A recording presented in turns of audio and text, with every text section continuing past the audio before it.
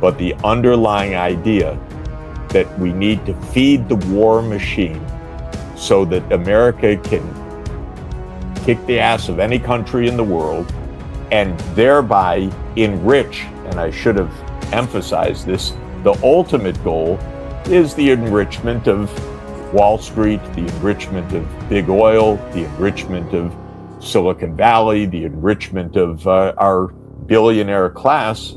It's pretty straightforward and pretty basic.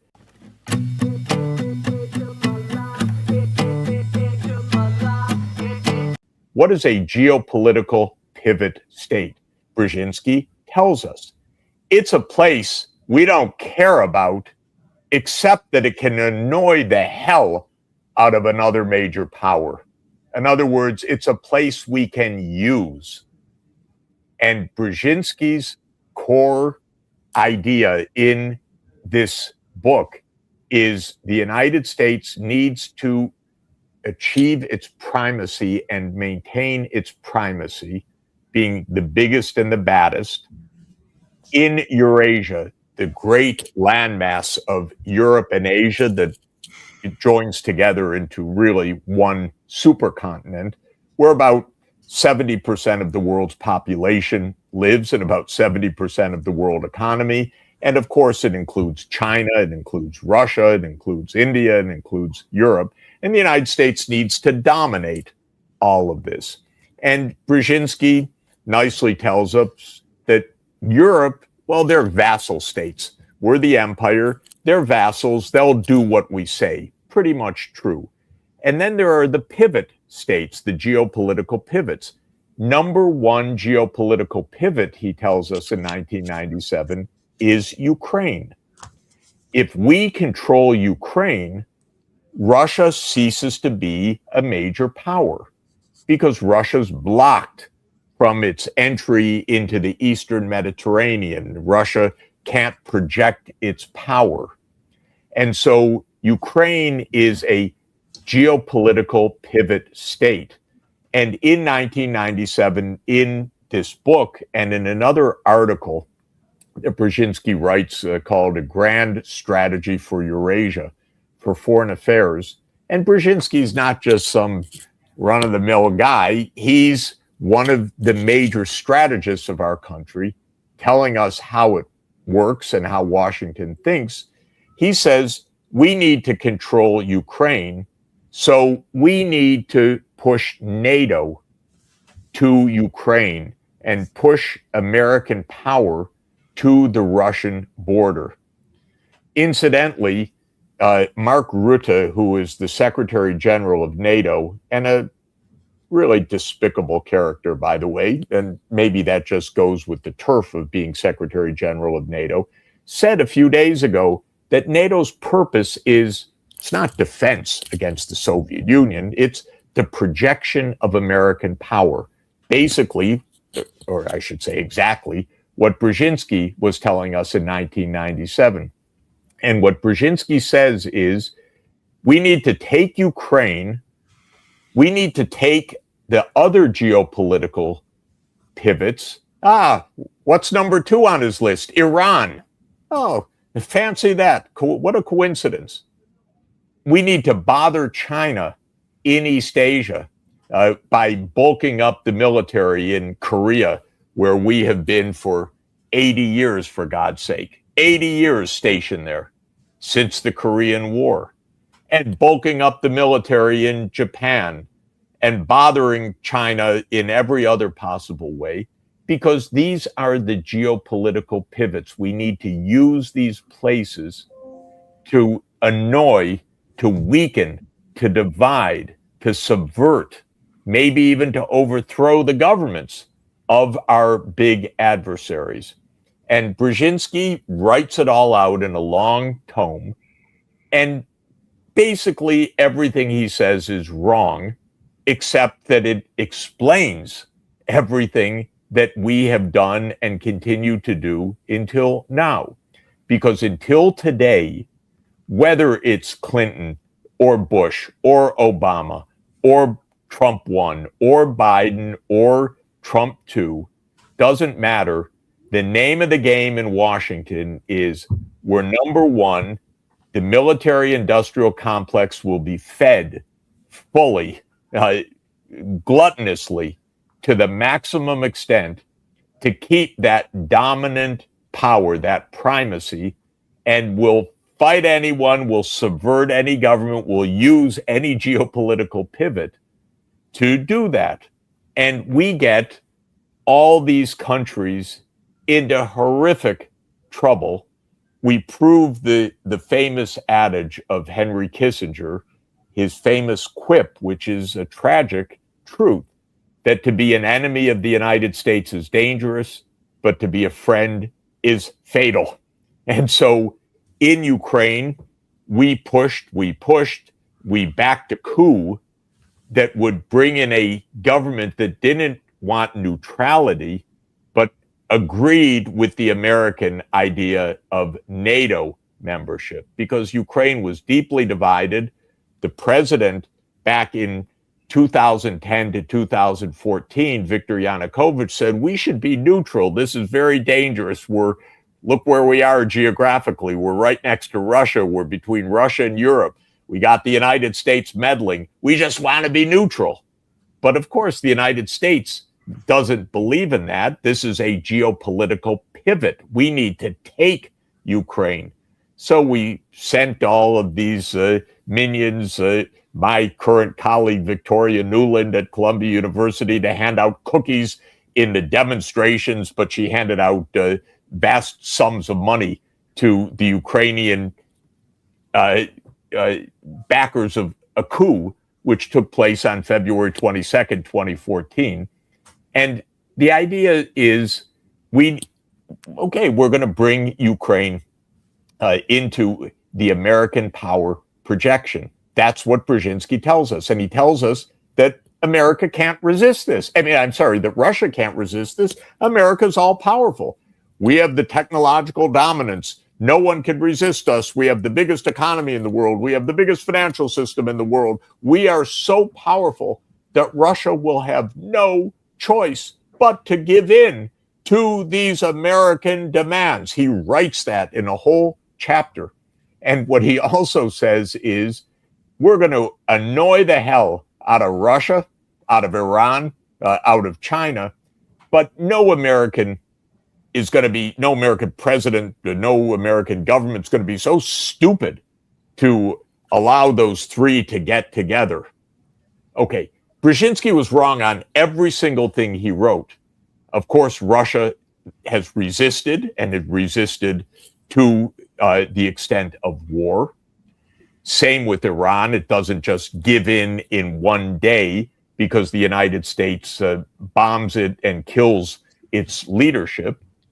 And China did not collapse and succumb to all the trade wars of Trump 1 and Biden and now Trump 2 and all the threats and so many things that were on a checklist that was written 10 years ago by another former colleague of mine, Robert Blackwell, in an article also for the Council on Foreign Relations, who explained, here's how we bother China, how we weaken China, how we contain China. Well, none of it has worked.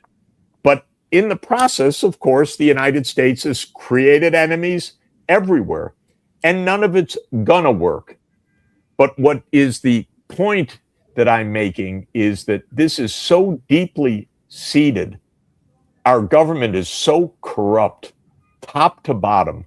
The money making from the wars, the involvement of big tech, Palantir, and all the rest in all of the drone warfare of Ukraine and in Gaza, and the AI systems that Silicon Valley's selling to the Pentagon, and the hundreds of billions of dollars that are being spent in our name that we have no say about, and that's adding to this massive debt. This is all continuing. Doesn't really matter who's president. Every president I've said in the last decades, God, they're the worst. And then the next one, along. They're the worst. Then the next one comes along. And all of this will be paid for by as generation says yet unborn. Because what's happening, by the way, money. It not only is it debt stacked up on debt, but what we've done in this kind of info war is we've also created probably the biggest financial bubble in history. Our stock market is so inflated right now in value. These big tech companies, all of which drink from the trough of the Pentagon, among other things, are so wildly overvalued. Our exaggeration of American dominance is so weird. I'm, as you know, on a long trip through Europe and Asia in recent weeks. Today, I was at a major Chinese company at one of their advanced factories that is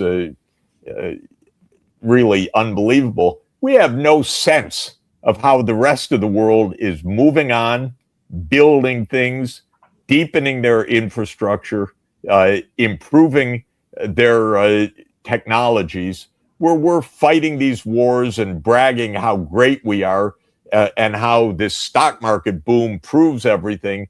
What we're setting up is a phenomenal financial crisis in the future. I don't know when. Nobody can predict such things, but we're way out on a limb in all these wars that we can't win.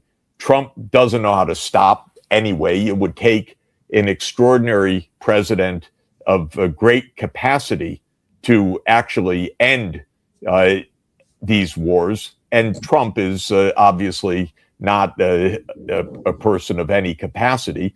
He is, as I say, he's the perfect channeling of the greed and corruption of the military-industrial complex. So he's, in a way, the perfect emblem of all of this.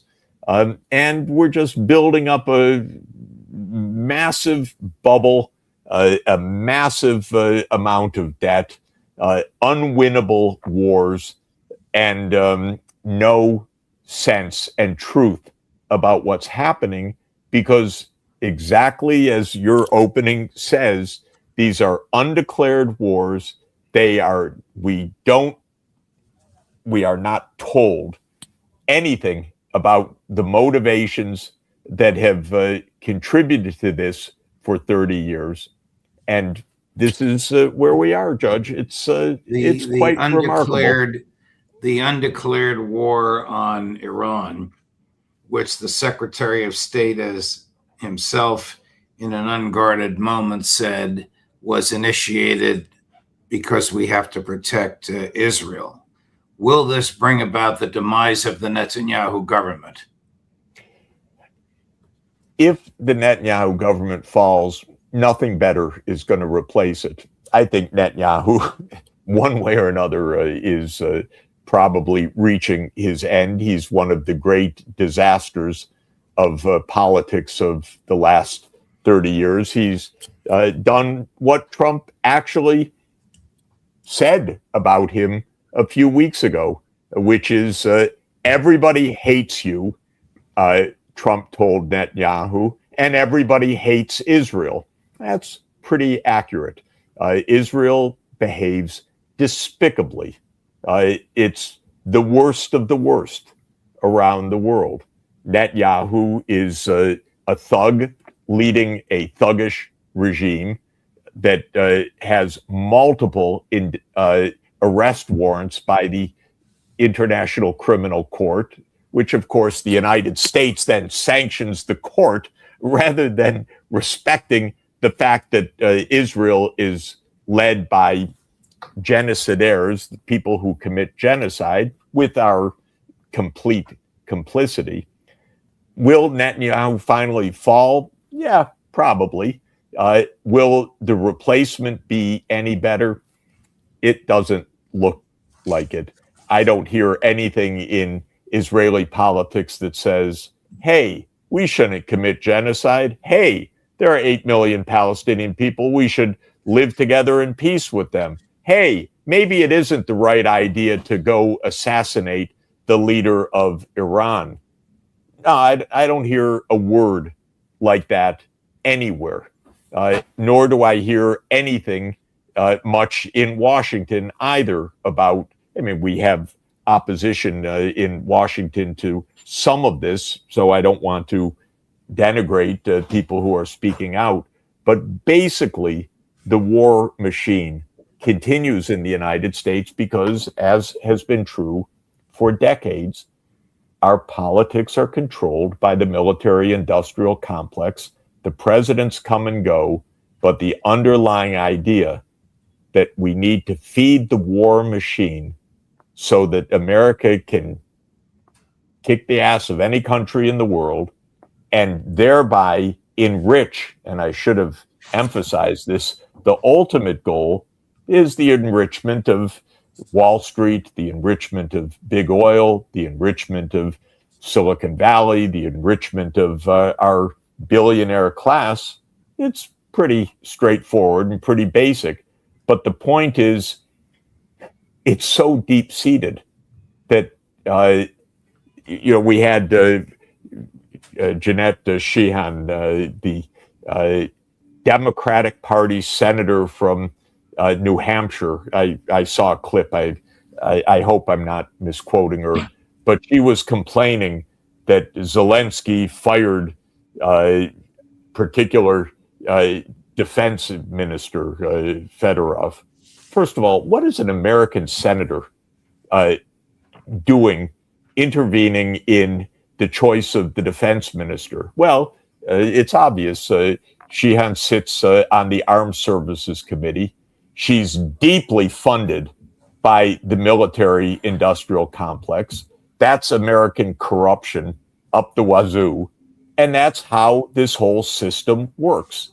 It's just too big a business, and Wall Street depends on these prerogatives. Big oil depends on these prerogatives. The military industry itself depends on these prerogatives. Silicon Valley and its financial bubble that it is living on depends on the image of America being able to take on anybody and defeat anybody. And it's a complete hubristic delusion that we're living in right now. And it just gets more and more murderous and more dangerous because it's so mistaken and wrong-headed.